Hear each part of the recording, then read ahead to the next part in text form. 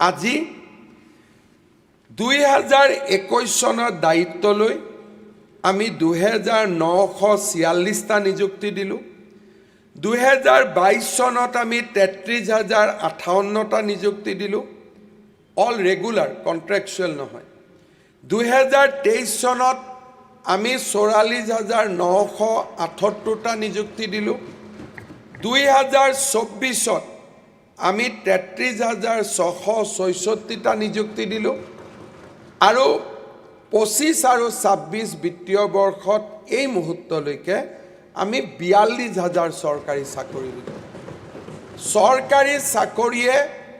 1,59,000ত ভৰি দিলে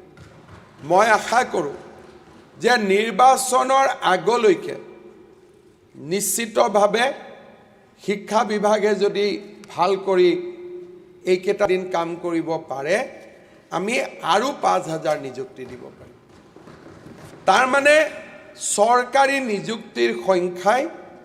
প্ৰায় 1,65,000ৰ ওচৰ পাব this is a all time record লগতে আটাইতকৈ আপোনালোকে গৌৰৱ অনুভৱ কৰিব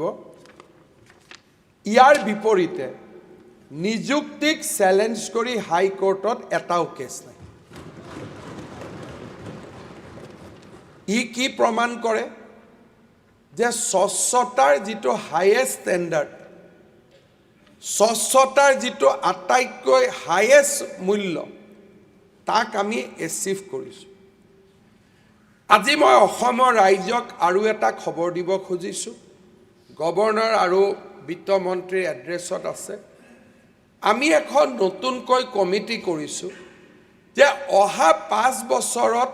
আমি কিমান চৰকাৰী চাকৰি দিব পাৰিম কাৰণ আমি ৰাজ্যৰ জনগণৰ আশা আকাংক্ষাৰ চাকি গছি আমি জ্বলাই ৰাখিব খুজিছোঁ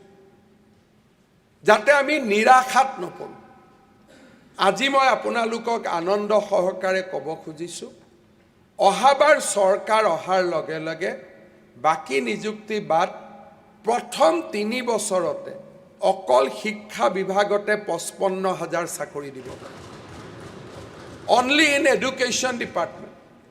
বাকি বিভাগৰ এছেছমেণ্ট আমি চলাই আছোঁ অৰ্থাৎ অসমৰ যুৱ সমাজৰ আশাৰ বন্তি গছি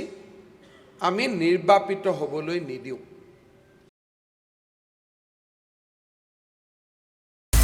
আপুনি বিচৰা বাতৰি পাব কেৱল নিউজ 18 এপত নিউজ 18 এপ ডাউনলোড কৰিবলৈ স্ক্যান কৰক এই QR কোড গুগল প্লে ষ্টৰতো পাব এই নিউজ 18 এপ